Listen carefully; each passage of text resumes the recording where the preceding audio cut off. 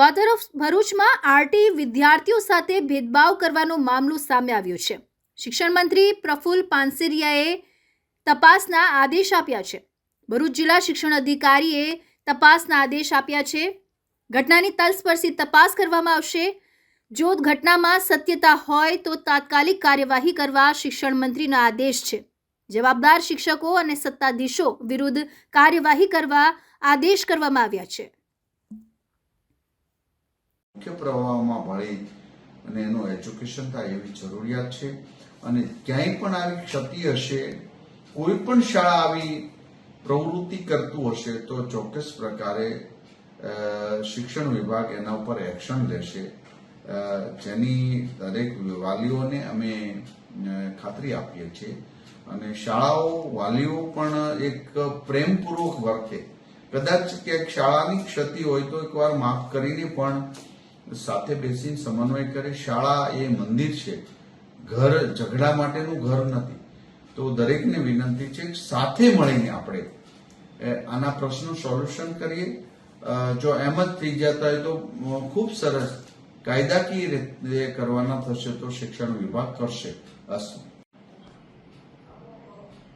આજરોજ ભરૂચની એક શાળાની અંદર આરટીમાં પ્રવેશ થયેલા વિદ્યાર્થીઓને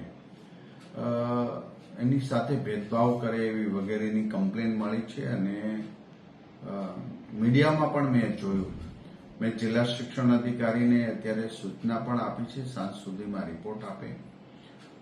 જો આવી ઘટના ઘટી હોય તો એ ખૂબ જ ખરાબ વાત છે, કારણ કે આરટી વિદ્યાર્થીઓ એ મધ્યમ અને ગરીબ વર્ગના બાળકો હોય છે અને કમસે કમ શાળામાં પણ એ બાળકની માનસિકતા પર એની અસર ન થાય। તમે એમને નોખા બેસાડો અથવા તો આરટીમાંથી આવેલા બાળકને બીજા રૂમમાં બેસાડો અને આમાં રૂમમાં બેસાડો।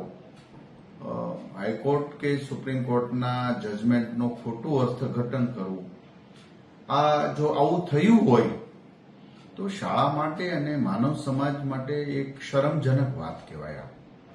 અને શિક્ષણ વિભાગની અંદર તો પ્રેમ, દયા, કરુણા આપણે મૂળ તત્વ જ એ છે કે જીવનના શ્રેષ્ઠ પાઠો શીખવાડો, એક નાના બાળકની માનસિકતા પર અસર થાય, આવું ન બનવું જોઈએ। અને અનેક શાળાઓમાં આવી ગંભીર ફરિયાદો મળે છે, બાળક સાથે એવો ભેદભાવ થાય તો એવું ન થવો જોઈએ અને થાય તો ચોક્કસ પ્રકારે એક્શન લેશું।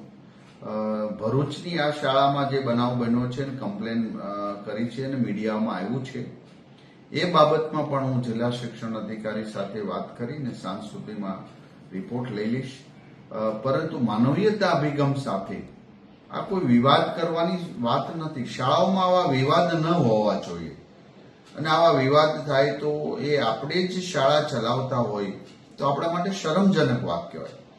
ત્યારે ચોક્કસ પ્રકારે સાથે મળીને આરટીમાં મળેલું એડમિશન